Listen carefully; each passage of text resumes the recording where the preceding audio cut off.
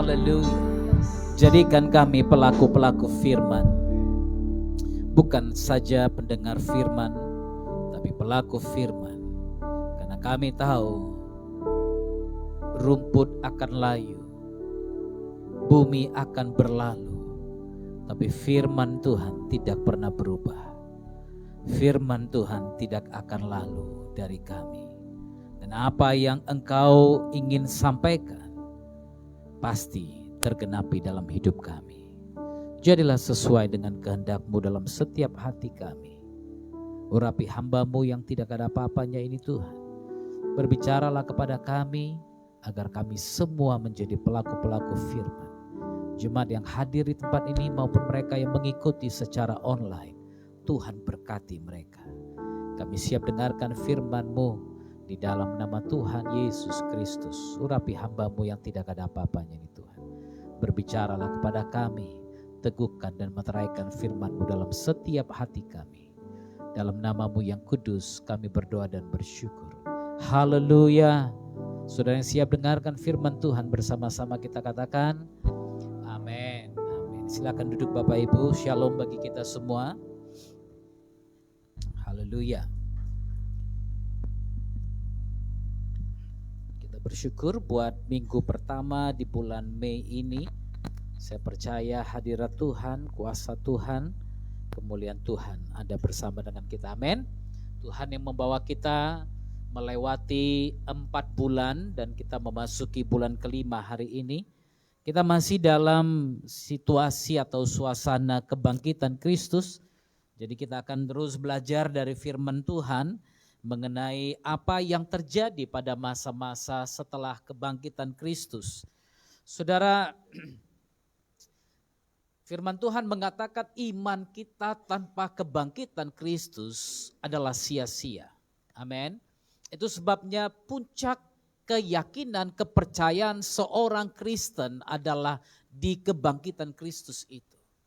Karena tanpa kebangkitan Kristus maka sia-sialah imanmu, kata firman Tuhan. Sia-sialah kepercayaanmu. Saya akan lanjutkan firman Tuhan masih dari sekitaran Matius, Markus, Lukas. Hari ini kita lihat dari pandangan sudut pandang Lukas dari pasal yang ke-24. Apa yang Lukas tuliskan mengenai apa yang dia lihat, apa yang dia dengar, apa yang disaksikan oleh murid-murid. Lukas pasal yang ke-24 ayat yang ke-36 sampai ayat yang ke-49 kita akan baca berganti-gantian. Saya baca ayat 36, saudara baca ayat 37, demikian selanjutnya sampai ayat yang ke-49. Sudah siap? Haleluya. Yesus menampakkan diri kepada semua murid. Dan sementara mereka bercakap-cakap tentang hal itu, Yesus tiba-tiba berdiri di tengah-tengah mereka dan berkata kepada mereka, damai sejahtera bagi kamu.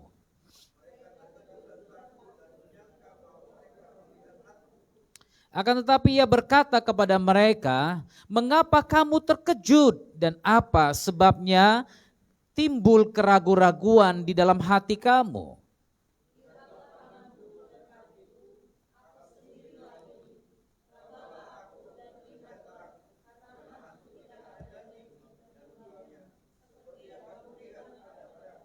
Sambil berkata demikian, ia memperlihatkan tangan dan kakinya kepada mereka.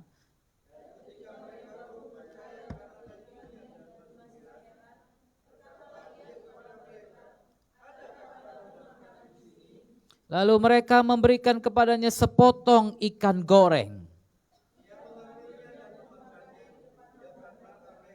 Ia berkata kepada mereka, inilah perkataanku yang telah kukatakan kepadamu ketika aku masih bersama-sama dengan kamu, yakni bahwa harus digenapi semua yang ada tertulis tentang aku dalam kitab Taurat Musa dan kitab Nabi-Nabi dan kitab Mazmur.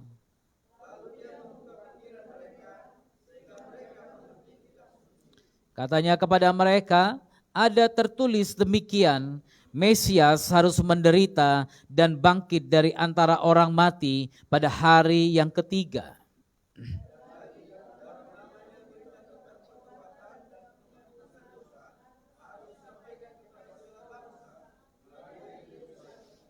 Kamu adalah saksi dari semuanya ini.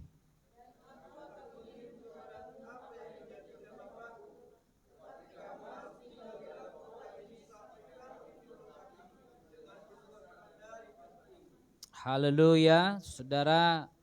Minggu lalu kita berbicara tentang Yesus menampakkan diri di jalan menuju ke Emmaus, di mana dua murid sedang berbincang-bincang mengenai Yesus.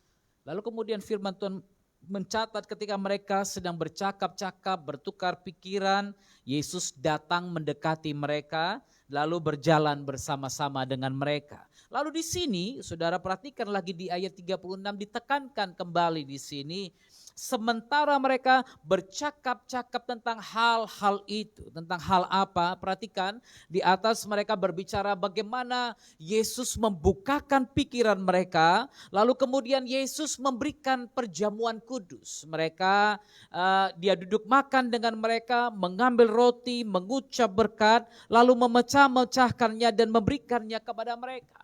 Firman Tuhan mencatat begitu mereka menikmati tubuh dan darah Kristus, seketika itu juga terbukalah mata mereka dan mereka pun mengenal Dia. Dan mereka masih berbincang-bincang karena pada hari itu ada beberapa murid yang tidak hadir dalam ruangan tersebut. Lalu saudara, sementara mereka sedang bercakap-cakap tentang pengalaman perjumpaan kedua murid di Emmaus, perhatikan ini, Yesus tiba-tiba berdiri di tengah-tengah mereka dan berkata kepada mereka, damai sejahtera bagi kamu. Perhatikan ini, saya kembali menekankan. Dalam segala situasi, dalam segala keadaan, dalam segala tekanan, dalam segala hal yang menimpa saudara, pada waktu engkau berbicara tentang Yesus, waktu engkau menyebut nama Dia, pada waktu engkau memanggil namanya, firman Tuhan katakan Dia ada. Haleluya. Di mana 2 atau 3 orang berkumpul dalam namaku, di situ aku ada. Hari itu kita sudah membuktikan beberapa kali kita membaca firman Tuhan. Mereka bicara aja tentang Yesus, Yesus ada.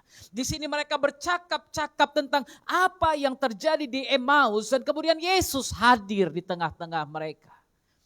Sayang sekali kalau masih ada orang Kristen yang tidak meyakini firman ini.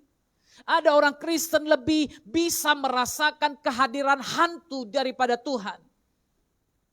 Lebih gampang gitu kan? Betul enggak? Sering enggak begitu?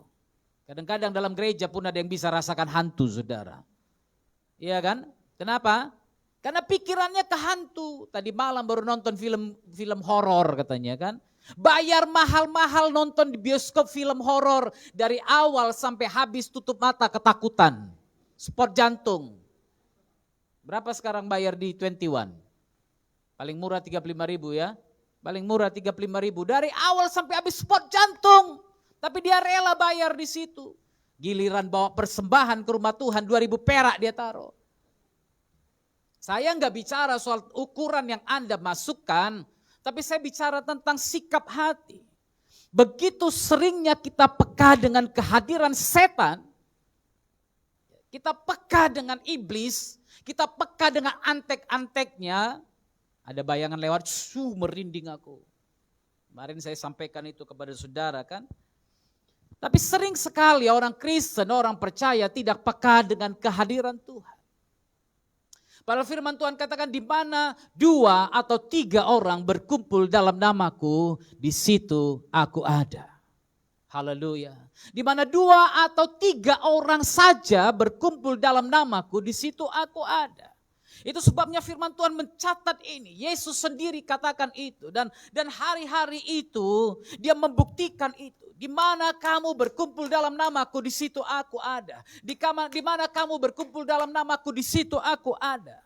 Di ayat 36 ini, sementara mereka bercakap-cakap tentang hal itu, Yesus tiba-tiba berdiri di tengah-tengah mereka dan berkata kepada mereka, damai sejahtera bagi kamu. Kata damai sejahtera di sini bukan bicara tentang shalom. Tapi kata damai sejahtera di sini bicara atau kata yang dipakai adalah irene. Irene artinya kalau saya menangkap beberapa penafsiran teolog-teolog tentang kata Irene ini, saya lebih suka mengambil arti yang satu ini. Arti Irene dalam konteks ayat ini bicara tentang peace between individuals. Damai sejahtera antara satu orang dengan orang yang lain. Apa yang Yesus sedang bicarakan di sini? Yesus sedang berbicara mengenai keadaan yang berlangsung. Mungkin mereka teringat, wah bagaimana kita meninggalkan Tuhan. Mungkin mereka teringat Petrus, mungkin teringat bagaimana dia menyangkal Yesus 3 kali. Dan murid-murid mungkin teringat bagaimana kita meninggalkan dia, bagaimana kita tidak percaya padanya. Tapi pada waktu itu Yesus berdiri di tengah-tengah mereka, berkata kepada mereka, Irene bagimu, damai ini kuberikan kepadamu agar engkau tidak ingat lagi masa lalu yang kelam itu. Agar engkau tidak ingat lagi semua duka yang terjadi di masa itu. Agar engkau tidak ingat lagi, engkau boleh mengkhianati aku, tapi hari ini aku katakan peace, damai, kawan lagi kita ya. Yesus mengatakan seperti itu, Yesus mengajak mereka lagi untuk berdamai. Haleluya. Mungkin mereka pikir Yesus akan datang marah-marah. Kemana kau Petrus? Kau lihat kau Petrus. 3 kali kau nyangkal aku Petrus ya. Sudah terbukti apa yang kubilang padamu. Mungkin semua berpikir seperti itu. Murid-murid yang lain berpikir Petrus habis kau. Nak marah kau siap ini. Kau sangkal 3 kali. Kau cakap besar Petrus. Cakap besar kau hari itu. Ini sedang duduk. Petrus lagi stres ini. Stres. Aduh. Kalau betul Tuhan bangkit. Gimana aku mau lihat muka Tuhan? Iya Petrus, yang lain bilang. Kau yang sok-sokan hari itu bilang. Sekiranya semua ini mengkhianatimu, aku tidak akan mengkhianati engkau. Sekarang Petrus, malu kau kan? Saudara bisa bayangkan Petrus itu dalam keadaan tekanan yang demikian berat. Ada beberapa murid lain dalam keadaan tuduhan yang demikian berat. Tapi Yesus datang pada waktu itu. Dan dia berkata, damai bagimu. Haleluya. Kata shalom berbicara tentang damai sejahtera yang melampaui segala akal pikiran manusia.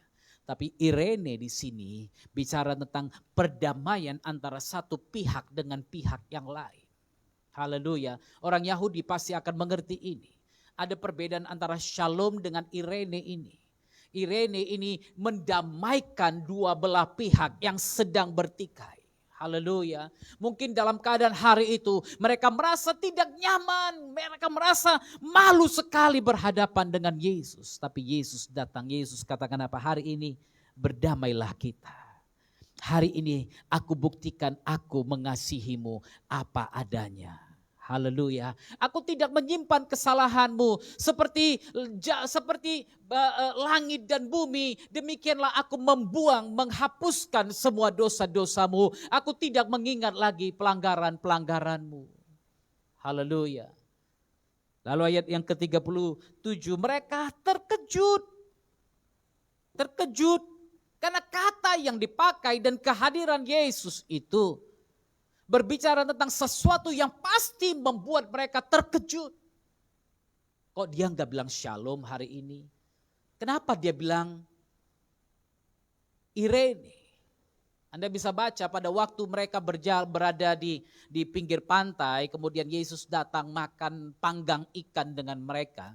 Yesus pakai kata shalom di situ. Tapi di sini Yesus memakai kata Irene, sehingga mereka terkejut. Kemungkinan besar mereka berpikir, wah ada apa ini? Kenapa dia pakai kata Irene ini? Kenapa dia katakan berdamailah? Haleluya. Mereka terkejut. Mereka tidak menyangka Yesus akan datang seperti mengingatkan mereka. Sudah saatnya lupakan yang lalu. Saatnya melupakan masa lalumu yang tidak baik itu. Saatnya melupakan pengalamanmu yang buruk itu. Saatnya meninggalkan masa-masa di mana engkau meninggalkan aku dan sekarang berjalan lagi bersama denganku. Haleluya. Waktu Yesus katakan itu mereka terkejut dan takut. Kemungkinan besar rasa takut ini karena perasaan bersalah itu. Haleluya. Kalau kita buat salah kan takut. Betul kan? Coba tanya orang takut, kenapa? Pasti ada kesalahan yang dia buat. Pasti ada sesuatu yang dia buat yang dia tahu melanggar firman Tuhan, undang-undang, hukum, dan lain sebagainya. Itu sebabnya orang ketakutan. Pasti ada sesuatu yang dia buat yang melanggar etika, melanggar moral, dan lain sebagainya. Sehingga dia ketakutan, saudara. Itu sebabnya orang takut. Haleluya. Karena Anda perhatikan di sini, mereka terkejut dan takut dan menyangka bahwa mereka melihat hantu. Kata hantu yang dipakai di sini bukan bicara tentang hantu seperti roh-roh yang gentayangan. Tapi kata hantu yang dipakai di sini menariknya adalah penuma. Penuma bicara tentang Roh Kudus. Roh yang bukan seperti hantu. Saudara ingat murid-murid pernah melihat Yesus berjalan di atas air, lalu kemudian mereka ketakutan, mereka teriak-teriak, mereka katakan itu hantu. Kata yang dipakai di situ bukan penuma. Kata yang dipakai di situ adalah pantasma. Artinya satu bayangan gelap, satu oknum, satu bentuk wujud yang menakutkan. Tapi di sini mereka tahu bahwa yang mereka lihat itu bukan hantu, tapi ada satu roh yang demikian luar biasa yang kelihatan di depan mereka. Haleluya. Mereka terkejut dan takut, mereka menyangka bahwa mereka melihat hantu. Ini bahasa Indonesianya kurang enak ini kalau diikutin, saudara. Kenapa mereka terkejut, kenapa mereka takut? Karena mereka enggak menyangka guru Tuhan yang mereka sudah tinggalkan, yang sudah mereka lupakan itu akan hadir di tengah-tengah mereka dalam wujud yang seperti yang hadir di depan mereka. Haleluya. Itu sebabnya saya senang lagu tadi katakan apa? Sebab aku percaya bukan karena melihat, namun karena firman-Mu yang selalu digenapi di hidupku. Percaya bukan karena melihat. Haleluya. Murid-murid bersama dengan Yesus 3,5 tahun. Tapi pada waktu dia menepati apa yang harus ditepati sesuai dengan kitab, nabi, dan nubuatan yang terus disampaikan oleh Yesus, tapi mereka tetap tidak percaya. Itu sebabnya firman Tuhan mengatakan apa? Berbahagialah kamu yang tidak melihat tapi percaya. Tidak gampang memang. Itu sebabnya banyak orang di luar sana yang tidak bisa menerima kekristenan. Yang tidak bisa menerima Yesus. Kenapa? Apa yang mau disembah? Mana patungnya? Oh salib aja lah kita sembah. Enggak saudara, ini semua enggak ada yang kita sembah. Haleluya, enggak ada yang kita sembah. Itu sebabnya Anda enggak perlu datang berlutut di hadapan salib dan buat apa-apa di situ. Enggak perlu. Karena kita enggak menyembah salib ini. Haleluya. Kita menyembah apa yang tidak dilihat oleh roh, oleh mata, tapi dirasakan oleh roh manusia. Haleluya. Itu sebabnya tadi pada waktu engkau berbicara saja tentang dia hadir di tengah-tengahmu. Itu yang ku sembah.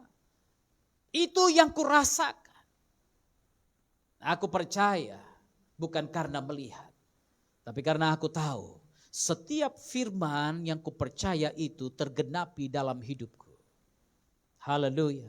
Kalau Anda melihat hari ini Tuhan menggenapi satu persatu janjinya dalam hidup saudara, itu bukti bahwa Tuhan yang engkau percaya adalah Tuhan yang hidup. Haleluya. Itu buktinya. Karena apa yang dia janjikan digenapi dalam hidupmu. Karena apa yang dia sampaikan melalui hamba-hambanya terjadi dalam hidupmu. Cuma kadang-kadang udah terjadi pun masih gak percaya kita kan. Minta ini, minta itu, Tuhan kasih, Tuhan berkati, semua Tuhan berikan, masih gak percaya. Ya Tuhan kemarin udahlah, ini sekarang kan ada sesuatu yang baru lagi Tuhan. Kalau kemarin Tuhan tunjukkan, Tuhan buktikan kepadamu bahwa dia menyertaimu, bahwa dia membimbing engkau, dia memberkati engkau. Apakah besok dia tidak bisa lakukan itu? Dia pasti bisa lakukan itu. Karena itu tetap percaya walaupun engkau tidak melihat itu. Haleluya. Akan tetapi ia berkata kepada mereka, mengapa kamu terkejut Dan apa sebabnya timbul keraguan-raguan di dalam hati kamu? Kenapa kau terkejut? Karena aku bilang, Irene, peace, damailah kita. Karena itukah engkau terkejut? Karena dosamu sudah kuampuni, pelanggaranmu kulupakan. Apakah karena itu engkau terkejut? Kenapa engkau terkejut? Dan apa sebabnya timbul keraguan-raguan dalam hati kamu? Dua pertanyaan ini sesuatu yang perlu kita tanyakan juga dalam diri kita. Kenapa kalau ada sesuatu engkau terkejut? Engkau khawatir, engkau ketakutan. Dan kenapa kalau ada sesuatu langsung muncul keraguan-raguan dalam hatimu? Ini pertanyaan yang harus sering kita tanya. Dan harus sering introspeksi. Saya nggak tahu berapa ribu khotbah yang Anda sudah dengar sepanjang hidup saudara. Berapa banyak jaminan-jaminan Tuhan yang sudah Anda dengar sepanjang hidup Anda. Tapi seringkali pada waktu kita diperhadapkan kepada sesuatu, iman mentok di situ. Betul kan? Iman mentok di situ. Dan akhirnya kita terkejut dengan keadaan yang terjadi. Kita diteror dengan keadaan yang terjadi. Seringkali begitu. Kenapa kamu terkejut? Kenapa kamu shock?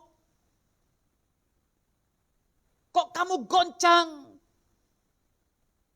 Dan kenapa kamu ragu? Dua pertanyaan ini.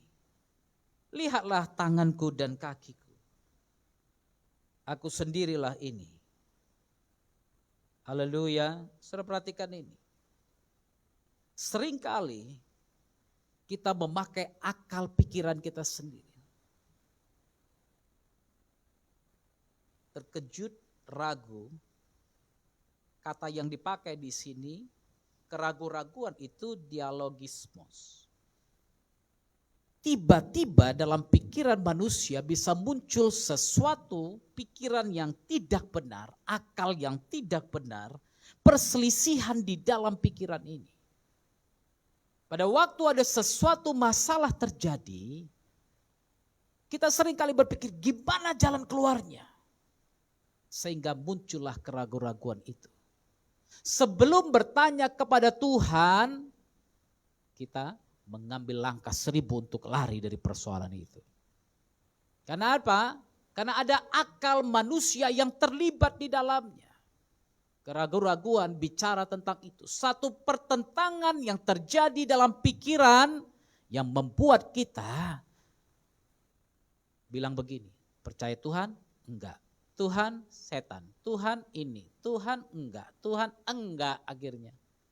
Ada pertentangan dalam pikiran sehingga orang menjadi ragu. Tapi Yesus katakan jamalah tangan dan kakiku ini. Kemarin di dalam hari memperingati hari kematian Yesus kita nyanyikan lagu itu. Jamah tangan berlubang paku. Bukti kasihnya pada kita. Haleluya. Kenapa tangan dan kaki yang berlubang paku itu tidak habis capnya? Tidak habis, tidak hilang tandanya. Kenapa? Kita lihat sebentar Wahyu pasal yang ke-5.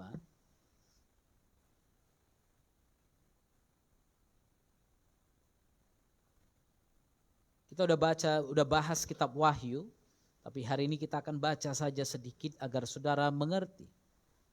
Kita akan baca dari ayat 1. Aku melihat di tangan kanan dia yang duduk di atas tahta itu sebuah gulungan kitab yang ditulisi sebelah dalam dan sebelah luarnya dan dimeterai dengan 7 meterai. Dan aku melihat seorang malaikat yang gagah yang berseru dengan suara nyaring, katanya, siapakah yang layak membuka gulungan kitab itu dan membuka meterai-meterainya? Tapi tidak ada seorang pun yang di sorga atau yang di bumi atau yang di bawah bumi yang dapat membuka gulungan kitab itu atau yang dapat melihat sebelah dalamnya. Maka menangislah aku dengan amat sedihnya karena tidak ada seorang pun yang dianggap layak untuk membuka gulungan kitab itu ataupun melihat sebelah dalamnya.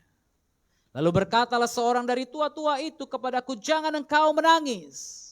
Sesungguhnya singa dari suku Yehuda, yaitu tunas Daud, yaitu Kristus telah menang.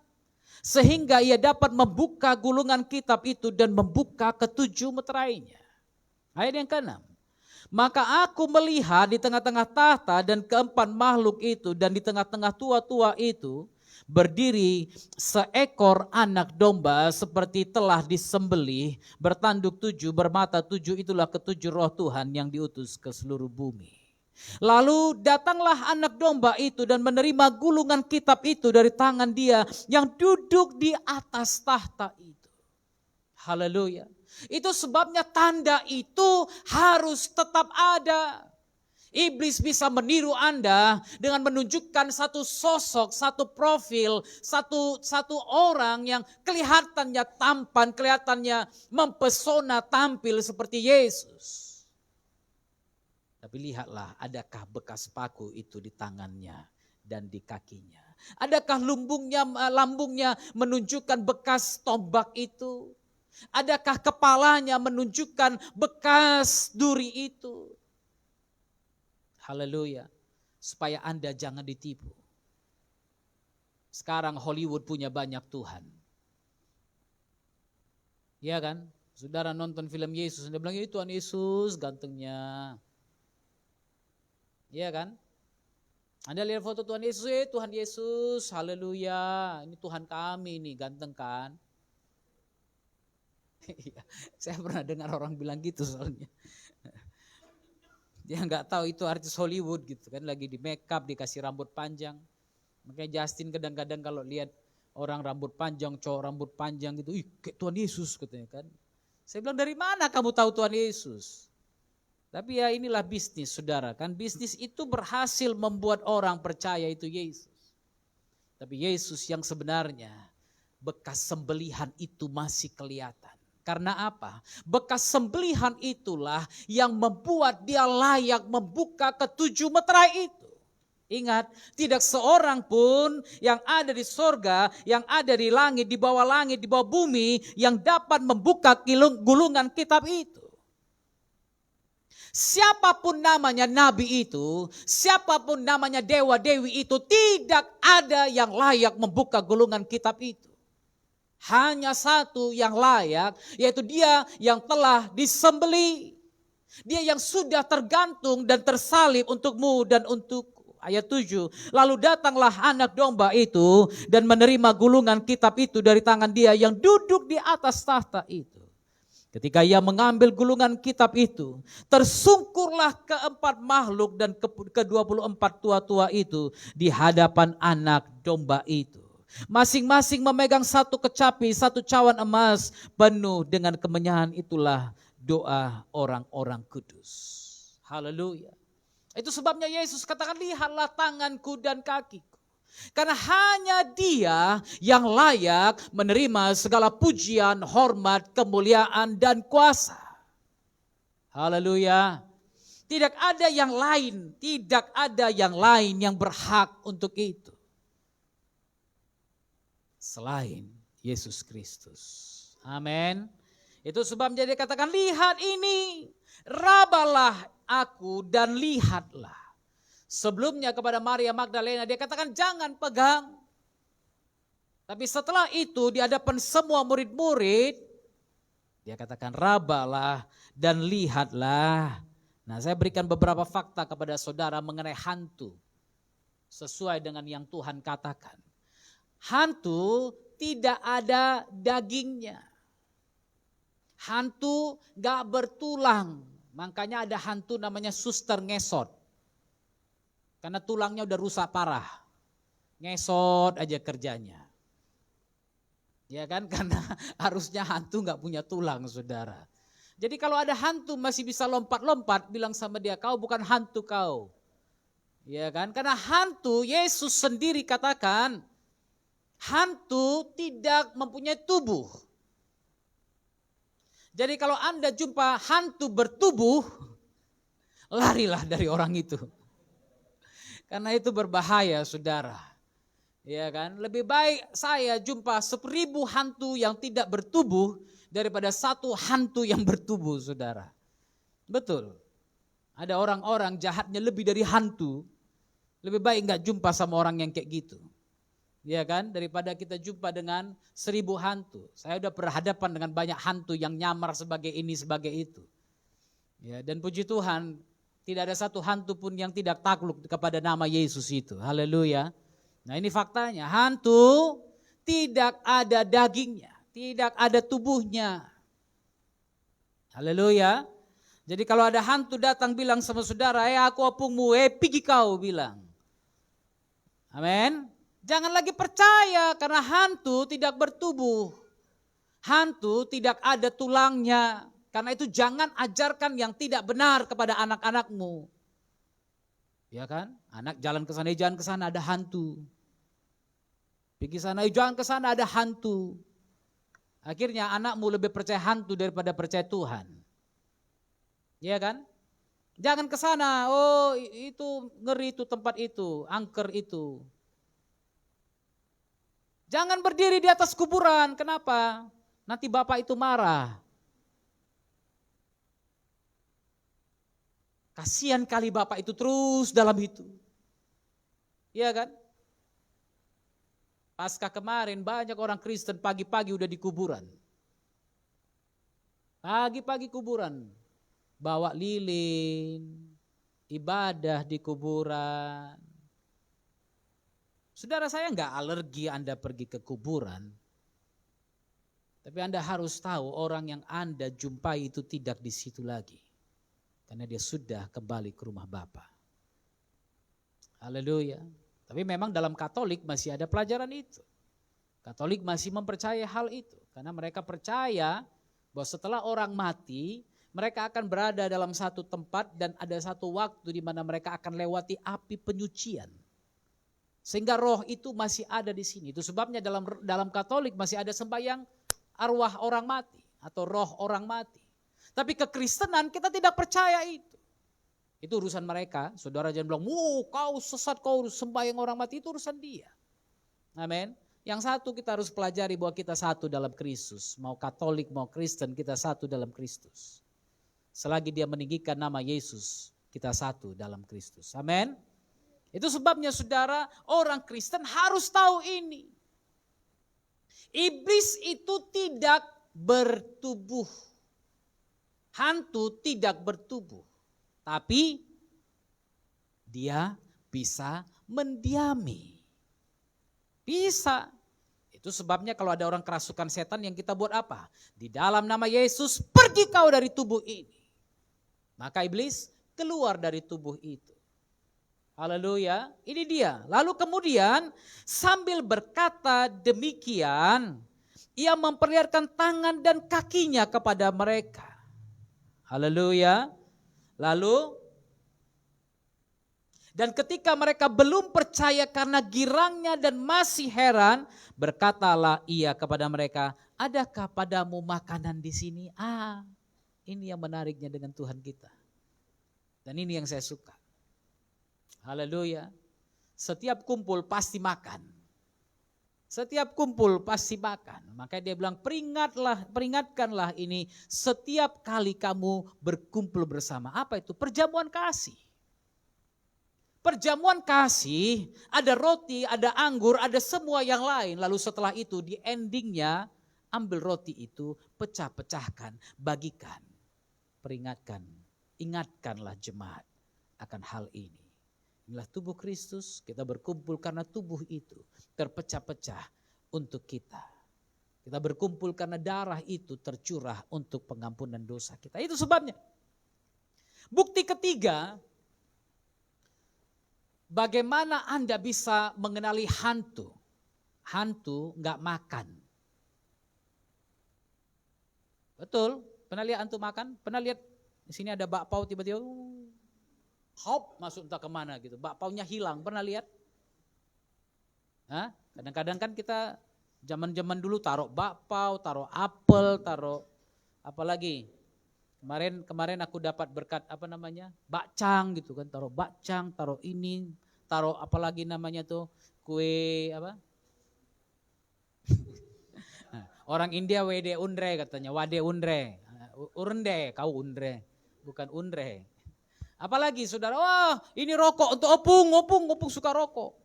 Opung suka tua, taruh tua di situ. Roh, hantu, tidak makan saudara. Mau dari berapa generasi pun Anda taruh di situ, dia nggak akan makan. Haleluya, Yesus katakan ini. Adakah padamu makanan di sini? Lalu mereka berikan kepadanya sepotong ikan goreng. Ini orang Indonesia suka ikan goreng. Sebenarnya bukan ikan goreng, ini ikan panggang ini, ikan yang sudah dimasak. Ya, pokoknya dia udah dimasak, entah dipanggang, entah direbus lah saudara. Tapi penerjemah lembaga Alkitab tahu orang Indonesia lebih suka ikan goreng daripada ikan bakar. Ia mengambilnya dan memakannya di depan mata mereka. Dia mengambilnya dan memakannya di depan mata mereka. Hantu nggak bisa ngambil, nggak bisa makan. Enggak Pak, malam ku taruh bacang habis, iya penjaga yang di sebelah itu yang makan. Dulu mamaku cerita, karena mama saya tinggal di Jalan Cikditiro. Di belakang itu ada satu tempat ibadah, rumah ibadah tertentu. Mamaku bilang gini, waktu kecil-kecil kami sering lari ke situ, lihat-lihat kalau udah sembayang. Ada yang taruh bacang, karena mamaku paling suka Chinese food. Mama saya pintar bahasa Chinese saudara, Hokkien mama saya pintar. Karena teman-temannya semua orang Chinese. Dia nanti ke sana, dia lihat di situ ada bacang, ada entah apa-apa, mie goreng semuanya. Orang udah siap, udah taruh, dia pun pergi. Mereka rame-rame ambil semuanya. Mereka ambil semuanya. Lalu kemudian orang datang lagi besok. Mereka bilang, wah udah dimakan sama dato. Udah dimakan sama kakek. Udah dimakan sama nenek katanya. Mamaku dari jauh lihat aja, kasihan kau, aku yang makan semalam katanya. Bukan kakekmu yang makan katanya. Saya bilang, mama udah minta ampun dosa, aku bilang. Loh itu kan gak dosa katanya. Kan dia udah taruh di situ katanya. Daripada hantu yang makan, daripada anjing yang makan, aku yang makan katanya. Haleluya. Hantu tidak bisa meraba. Jadi kalau Anda ada yang raba-raba, ada yang pegang-pegang kepala aku Pak. Itu bukan hantu. Bisa saja Tuhan yang memegang engkau. Tuhan membelai engkau, dia katakan anakku jangan takut. Karena hantu tidak bisa meraba engkau. Haleluya. Tapi Pak aku nonton film loh Pak, dia bisa gerakkan barang-barang tuh campak-campak. Itu film. Makanya gak usah nonton. Biar yang buat film rugi. Sampai dia gak punya modal lagi untuk buat film baru lagi. Karena apa? Pada waktu engkau menonton dia, engkau sedang mengagungkan dia. Coba bayangkan saudara, kita nonton film-film itu, bukankah Anda sedang memuliakan iblis itu? Makanya anak saya mau buka, baru sedikit buka, saya bilang tutuplah. Ngapain muliakan dia? Dia enggak ada apa-apanya, tapi sekarang dia merasa dia pemilik alam semesta ini. Sementara Tuhan kita tidak takut. Kita enggak respect dengan hadirat Tuhan. Kita begitu respect dengan hadirat hantu itu, tapi tidak dengan hadirat Tuhan. Ia mengambil apa yang mereka bawa kepadanya dan memakannya di depan mata mereka. Inilah tubuh kemuliaan itu. Dan saudara serta saya satu hari juga akan mengalami tubuh kemuliaan ini. Sehingga di surga nanti kalau Anda tanya, kenal enggak nanti satu sama yang lain? Dia kenal. Kenal. Haleluya. Tidak ada yang tidak Anda kenal. Cuma kayak aku sama Pak Murti agak lebih terang lah nanti mungkin warnanya. Agak lebih terang. Jadi Pak agak keren di sini. Oh iya pasti. Haleluya. Yang hidungnya agak-agak masuk berusaha naik-naikan nanti di surga udah lampang itu, udah aman itu. Paling nanti di sana ditanya, kok agak lain hidungmu ya? Iya udah disempurnakan di sini. Anda yang mungkin Anda mungkin punya keluarga yang mungkin tangannya, kakinya tidak sempurna, di sana semua sempurna. Haleluya. Tidak ada lagi yang tidak sempurna di sorga sana. Amin. Ya berkata kepada mereka, inilah perkataanku yang telah kukatakan kepadamu ketika aku masih bersama-sama dengan kamu. Yakni bahwa harus digenapi semua yang ada tertulis tentang aku dalam kitab Taurat Musa dan kitab Nabi-Nabi dan kitab Mazmur. Jadi Yesus datang ke dalam dunia untuk mati. Saya ulangi sekali lagi, Yesus memang datang ke dalam dunia untuk mati bagimu dan bagiku. Haleluya. Karena dia datang untuk menggenapi semua yang ada tertulis tentang dia dalam kitab Taurat Musa dan kitab Nabi-Nabi serta Mazmur itu. Menggenapi. Saudara mengerti penggenapan itu apa? Saya hadir di sini karena saya menggenapi apa yang Tuhan panggil dalam hidup saya. Anda bisa saja tidak ada di sini karena Anda berusaha menentang apa panggilan Tuhan dalam hidup saudara. Itu sebabnya berhati-hati. Tidak semua kita dipanggil menjadi pendeta. Tapi kalau Anda dipanggil menjadi polisi, dipanggil menjadi guru, dipanggil menjadi dosen, dipanggil menjadi apapun, setialah di situ. Tidak semua orang harus menjadi polisi, tapi kalau Anda dipanggil menjadi pendeta, setialah di situ. Kalau Anda dipanggil menjadi guru, setialah di situ. Kalau Anda dipanggil menjadi tentara, setialah di situ. Haleluya. Saya ada karena ada firman Tuhan, ada penggenapan yang harus saya penuhi dalam hidup saya. Itu sebabnya saya hadir di sini. Bagaimana Pak kalau aku udah dipanggil lalu lari dari panggilan itu? Enggak masalah. Cuma engkau belum tentu bisa mencapai penggenapan apa yang Tuhan inginkan terjadi dalam hidupmu. Engkau sempurna, engkau bisa menggenapi seutuhnya hidupmu kalau engkau menekuni dan melakukan panggilan Tuhan itu. Tapi kalau tidak, maka engkau tidak akan sempurna melakukannya. Ada orang yang seharusnya bisa selamat karena pewartaan Injil yang kau sampaikan. Tapi karena engkau murtad, bukan murtad mungkin. Karena engkau meninggalkan panggilan itu, engkau beralih kepada hal yang lain. Karena engkau berpikir jadi pendeta, enggak punya uang. Maka seharusnya mungkin ada 1.000 orang yang bisa bertobat mendengarkan khotbah yang kau sampaikan. Tapi karena engkau lari dari Tuhan, engkau meninggalkan panggilan itu, maka yang 1.000 itu mungkin tidak tercapai. Karena itu belajar menggenapi panggilan Tuhan dalam hidup saudara. Haleluya. Haleluya. Belajar genapi panggilan Tuhan dalam hidup saudara. Amin. Kita enggak lihat dengan mata. Tapi ku percaya setiap janji yang kau ucapkan tergenapi dalam hidupku. Amin. Lalu ya buka pikiran mereka. Makanya judul firman Tuhan hari ini saya berikan believe and understanding. Percaya dan pahami. Kalau Anda percaya baik, tapi sering orang percaya tapi tidak mengerti firman. Dia percaya, tapi dia tidak mengerti firman. Kemarin kami melaksanakan dialog kebangsaan.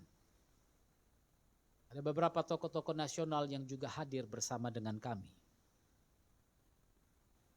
Pada waktu kami berembuk mendirikan forum ini, ada satu hal yang pasti yang kami inginkan agar forum bersama umat Kristen Indonesia yang kemarin kami deklarasikan akan menjadi berkat bagi seluruh tubuh Kristus.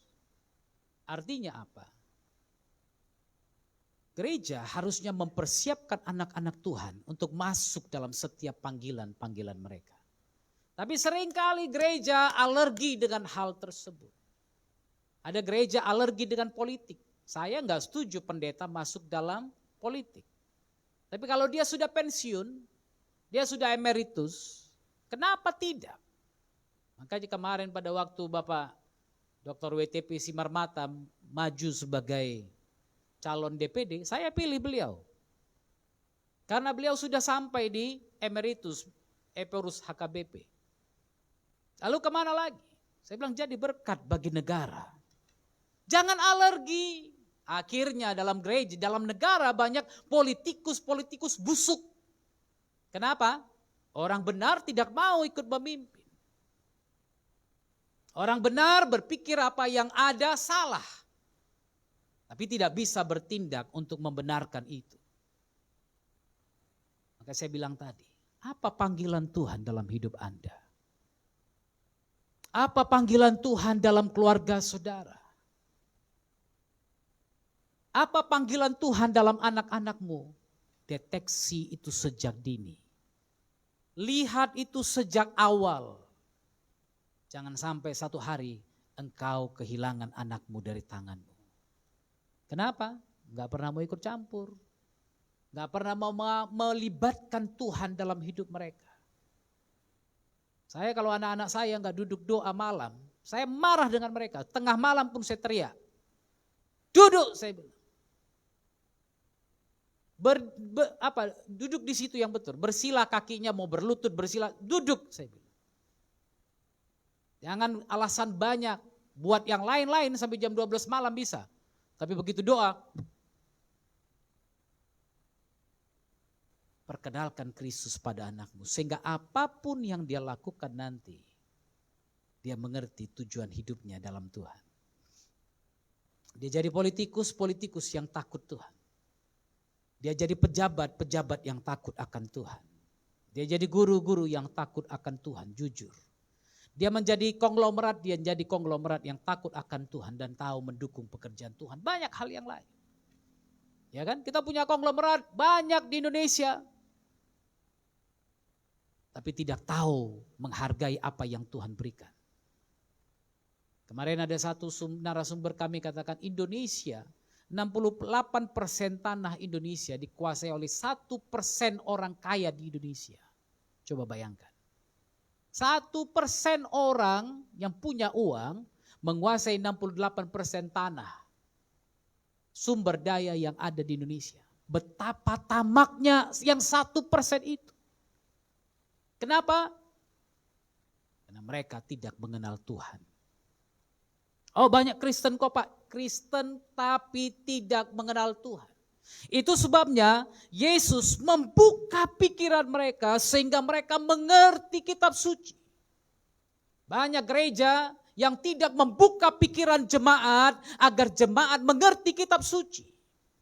Banyak hamba-hamba Tuhan yang tidak membuka pikiran jemaat, yang tidak menyampaikan firman Tuhan dengan benar sehingga jemaat mengerti kitab suci. Sehingga pada waktu mereka berada di luar, yang mereka pikirkan hanya perut mereka, hanya keluarga mereka, hanya diri mereka saja. Mereka tidak pikirkan orang-orang lain, mereka tidak pikirkan pekerjaan Tuhan, mereka tidak pikirkan negara, mereka tidak pikirkan keberlangsungan bangsa ini untuk kemajuan di depan nanti.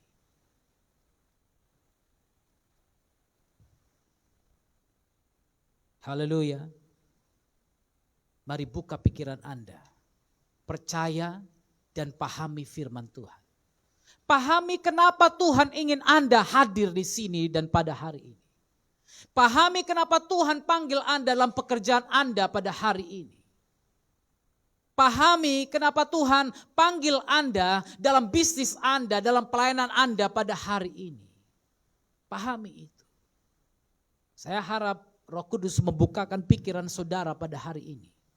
Dan Anda mulai bersyukur melihat itu. Terima kasih Tuhan, aku ada hari ini karena aku menggenapi firman-Mu. Haleluya. Katakan kepada kawan kanan kiri, kau hadir di sini karena kau sudah menggenapi firman Tuhan. Amin. Engkau tidak kebetulan hadir di sini. Engkau tidak kebetulan hadir di sini. Engkau hadir di sini karena engkau sudah menggenapi firman Tuhan yang disampaikannya kepada kita. Katanya kepada mereka lalu ada tertulis demikian, Mesias harus menderita dan bangkit dari antara orang mati pada hari yang ketiga. Kalau Anda bicarakan ini kepada orang-orang yang ada di luar sana, yang ada adalah cemoohan. Kenapa? Dia enggak mengerti. Makanya kita di Indonesia paling kacau kalau bicara soal pemahaman agama. Kenapa? Yang enggak ngerti ikut-ikutan ngomong. Ya kan? Padahal dibilang agamamu, agamamu, agamaku, agamaku. Tapi suka ikut campur agama orang. Yang Kristen juga. Ya kan? Ada pendeta Kristen yang dia khotbahkan dari kitab yang lain. Gila enggak? Apa ini kurang tebal?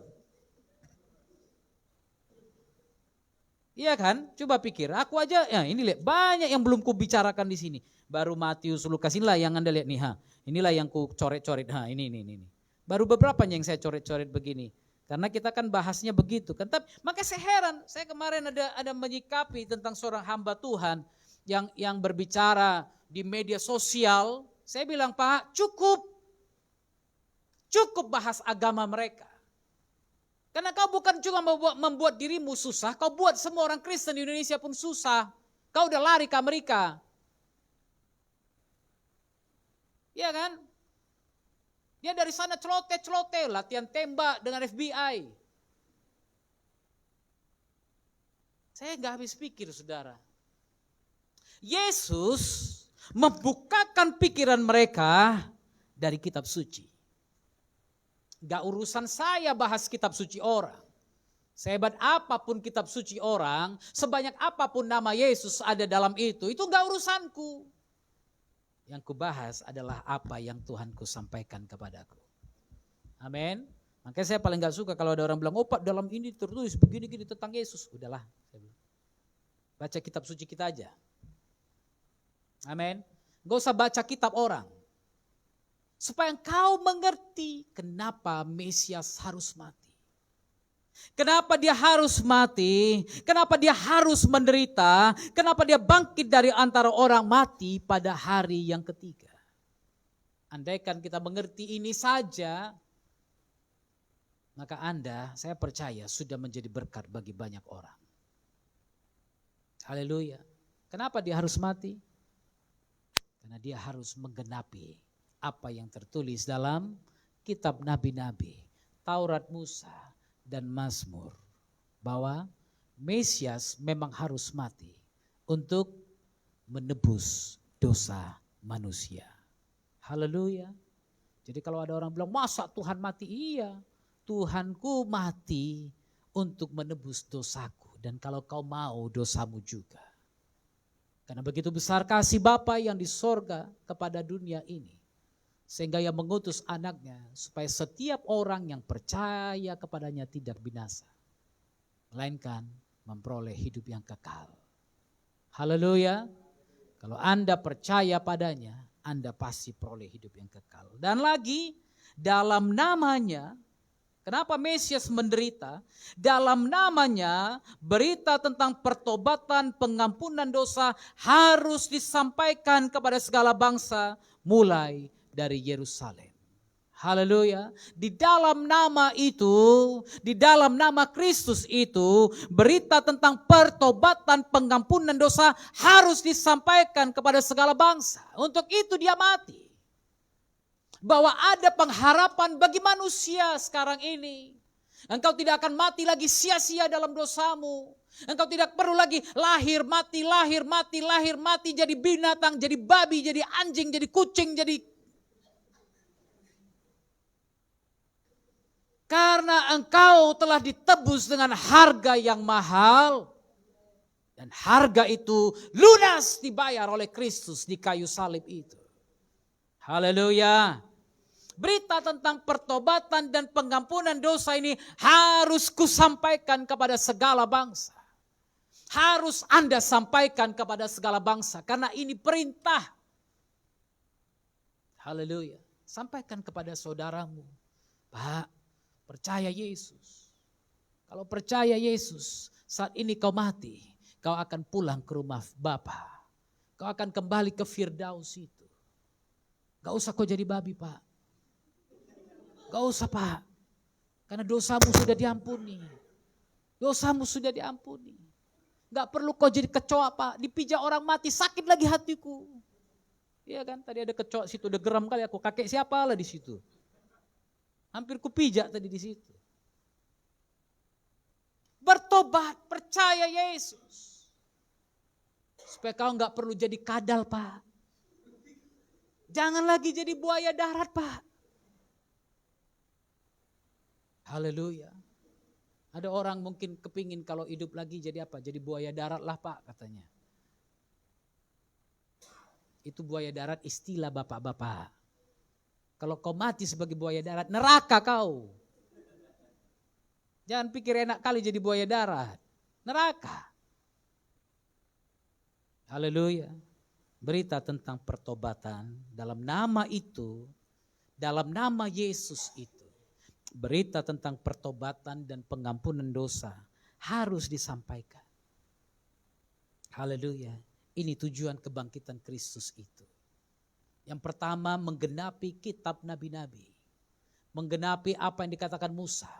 Menggenapi apa yang dikatakan Mazmur. Dan yang kedua, atau yang keempat kalau Anda mau bilang, tujuan kebangkitan Kristus adalah agar dalam namanya berita tentang pengampunan, pertobatan dan pengampunan dosa disampaikan kepada segala bangsa. Haleluya. Percayakah saudara, di dalam nama itu ada pengampunan dosa? Kalau engkau bertobat, kalau engkau menerima Yesus, kalau engkau mempelajari firman-Nya, kalau engkau simpan firman itu dalam hatimu, maka pengampunan dosa menjadi milikmu juga. Haleluya. Bagi Dia yang bertahta dan anak domba, bagi Dia yang bertahta dan anak domba. Mari angkat tanganmu sekali lagi, agungkan Dia. Bagi Dia yang bertahta dan anak domba, puji Dia, agungkan Dia. Bagi Dia yang bertahta dan anak domba,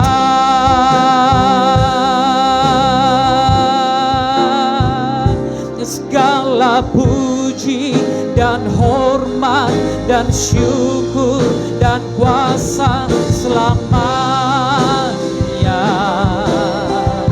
Segala puji dan hormat dan syukur dan kuasa selamanya. Haleluya. Haleluya. Oh haleluya. Mari naikkan pujian ini.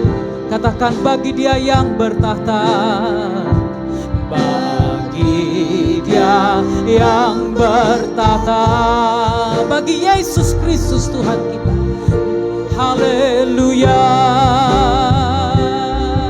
Bagi Dia yang bertahta, bagi Dia yang bertahta dan anak domba. Katakan, segala puji dan hormat, segala puji dan hormat dan syukur dan kuasa selamanya.